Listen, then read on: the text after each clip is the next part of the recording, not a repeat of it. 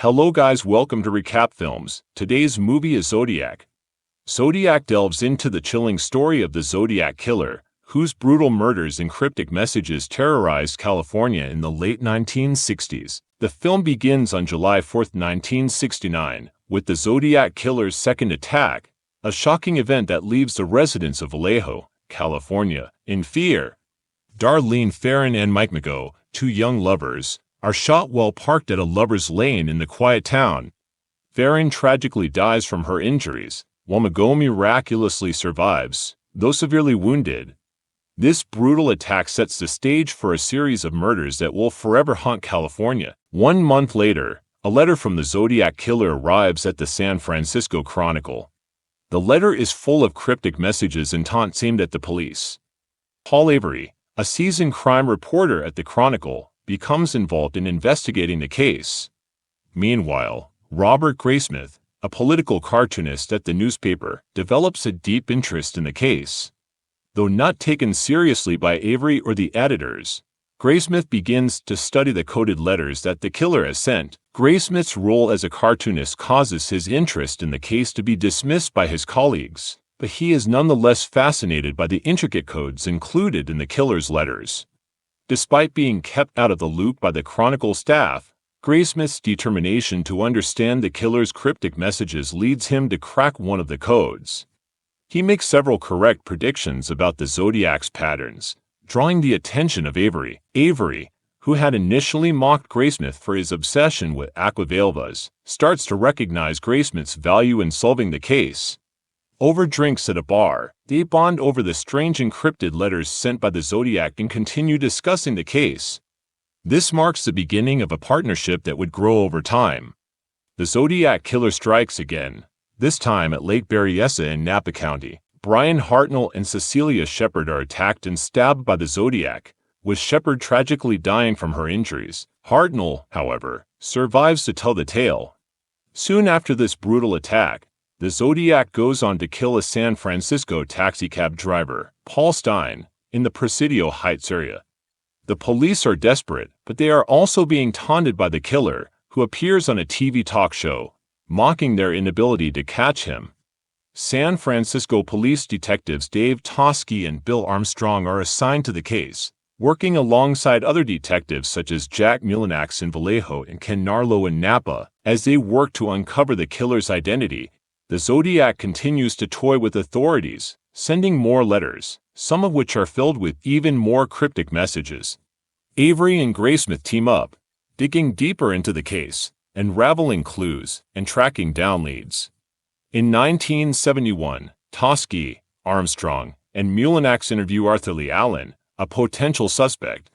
Allen's odd behavior and connections to the murders make him a prime candidate. He is ambidextrous, which ties into a detail from the Zodiac's cryptic letters, and he has a history of violent behavior, including being fired from a school where one of the Zodiac murders took place. Allen is also known to visit a lake frequently, where another murder occurred. These suspicious factors begin to add up, but there is no concrete evidence that directly links Allen to the crimes, despite a handwriting expert's insistence that Allen did not write the Zodiac's letters. Many remain convinced of his involvement due to circumstantial evidence.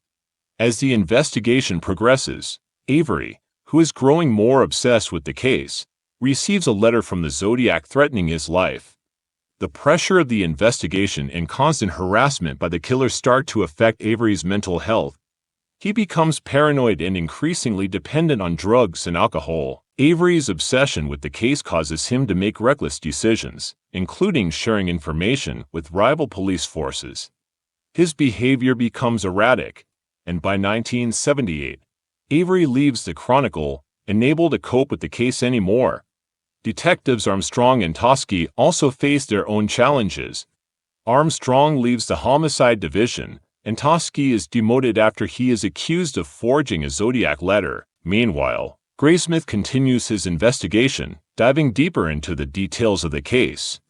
His obsession grows, and his personal life begins to unravel. Graysmith's wife, Melanie, grows concerned about his increasing fixation on the Zodiac, and she eventually leaves him, taking their children with her. In his relentless pursuit of the truth, Graysmith interviews key witnesses and talks to police detectives involved in the case, despite not having direct access to the confidential information gathered by the police. He continues to track down leads. His investigation begins to yield more information that points toward Arthur Lee Allen as the Zodiac killer, though there is still no hard evidence to confirm his involvement. The lack of concrete proof and the exonerating details such as fingerprints and handwriting samples only deepen the mystery. Graysmith's obsession reaches its peak when he tracks down Allen to a hardware store in Vallejo. There, Allen works as a sales clerk. Graysmith approaches Allen, and the two exchange an eerie stare. For a moment, they stand face to face, and Graysmith notices Allen's name tag. It says Lee, the same nickname one of the Zodiac's victims had mentioned in her testimony. Graysmith leaves the store without confronting Allen, but the moment stays with him. In 1983, 14 years after the Zodiac's first murders, Graysmith's investigation takes a turn. He discovers a crucial detail when he finds out that a murder victim had been stalked by the Zodiac before her death. A strange man, known as Lee, had attended her party weeks before she was killed. This connection strengthens Graysmith's theory that Allen is the Zodiac. However, despite circumstantial evidence and a growing number of clues, Allen never admits to the killings. In 1991, Graysmith's investigation takes a new turn when Migo, the survivor of the 1969 shooting, identifies Allen from a police mugshot. However, this new lead comes too late. The final title cards of the film reveal that Arthur Lee Allen died in 1992, never having been formally questioned by the police. DNA tests performed in 2002 did not match the Zodiac's letters, leaving the case officially unsolved. Despite the years of effort, the Zodiac killer's identity remains a mystery. Graysmith's obsession with the case left him a changed man, and his personal life was never the same. But his persistence in the face of overwhelming odds is a testament to the human drive to seek answers, no matter how elusive or dangerous the truth may be. Despite relentless efforts, the Zodiac killer's identity remains a mystery, leaving behind a haunting legacy of fear and unsolved mystery. So, guys, hope you liked the video. Do like, share, and subscribe.